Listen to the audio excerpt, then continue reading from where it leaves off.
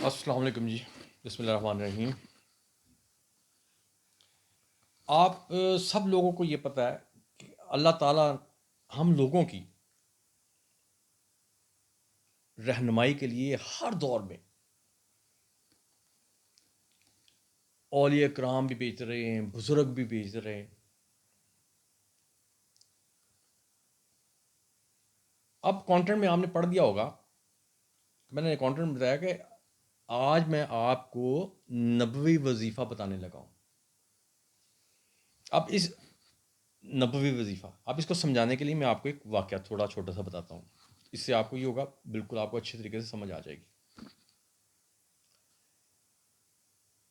ایک بزرگ تھے جن کے پاس روزانہ بچے اور نوجوان رہنمائی لینے آتے تھے۔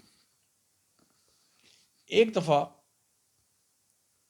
وہ ان کی رہنمائی کر رہے تھے کہ آپ کے پاس مختلف قسم کے لوگ آئے اور اپنی مشکلات جو ان کے ساتھ پرابلمز آ رہی تھیں ان سب کو آپ کے ساتھ شیئر کیا اور ان کا حل پوچھا۔ تو آپ نے کیا کیا، سب کو ایک ہی تسبیح بتائی کہ تم یہ پڑھو۔ اب وہ جو لوگ آئے ان کے سوال ڈفرینٹ قسم کے تھے۔ مثلا ایک آیا بولا کہ جی میں بہت گناہ گار ہوں، مجھے کوئی ایسا وظیفہ بتائیں میرے گناہ معاف ہو جائیں۔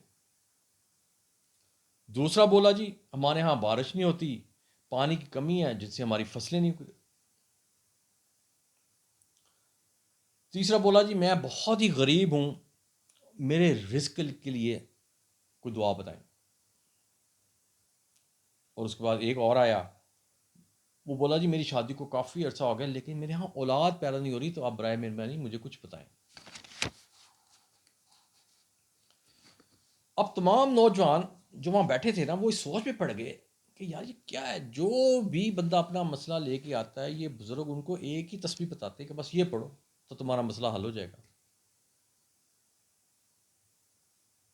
یعنی کہ سوچ میں پڑ گئے نا، یعنی کہ مختلف قسم کی پرابلمس وہ بندے بتا رہے ہیں تو آگے سے وہ اس کو ایک ہی تسبیح بتا رہے ہیں کہ بھی ایک تسبیح پڑھ لیا کرو۔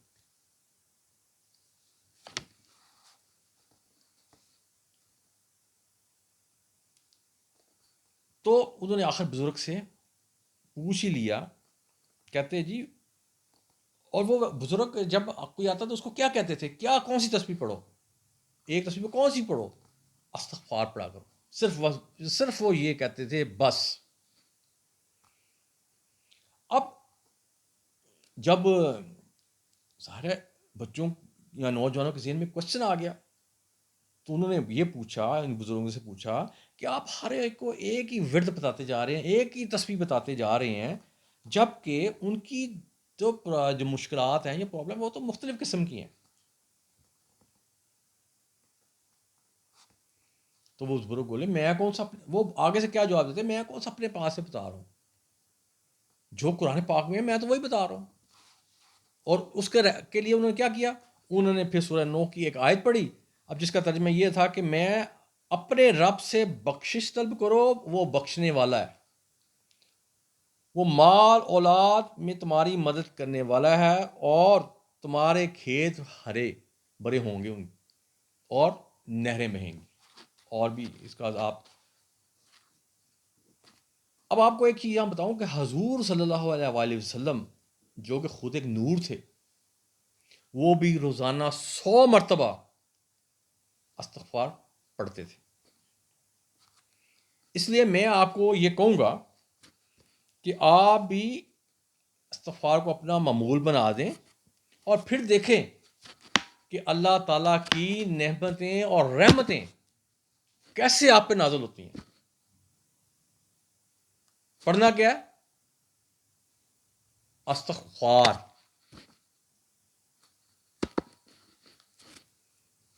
اب ظاہر ہے جو حضور صلی اللہ علیہ وسلم تو نور ہے نا، جب وہ ایک چیز کو پڑھ رہے ہیں تو پھر ہم اس کو کیوں نہ پڑھیں۔ اب یہ پڑھنے سے کیا ہوگا،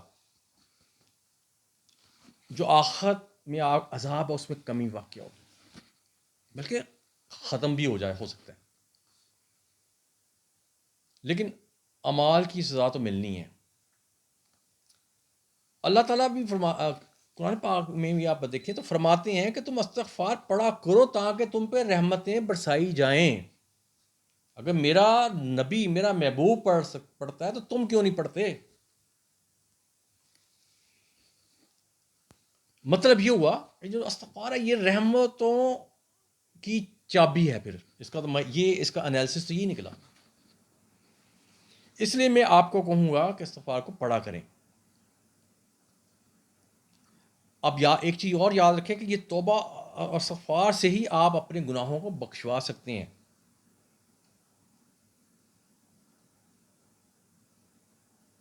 اب آپ کہیں گے جی کہ کون سے استغفار پڑھیں؟ تو جو آپ کو یاد ہے وہ پڑھیں، اور اگر آپ کو نہیں کچھ یاد آپ صرف استغفر اللہ ہی پڑھ لیں.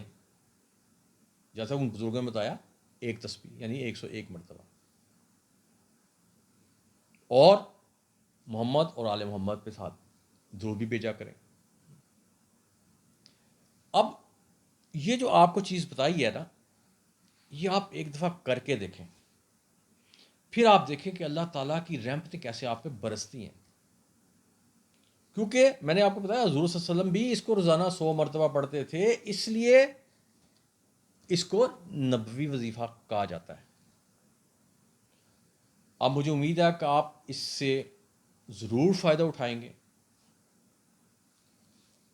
اور انشاءاللہ جب آپ کو فائدے ہوں گے تو آپ خود کمنٹس میں بتائیں کہ ہاں واقعی یہ پڑھنے سے آپ کو بہت زیادہ فائدے ہوئے. اب اس کے ساتھ ہی میں آپ سے اجازت چاہوں گا. ایاک نعبد و ایاک نستعین.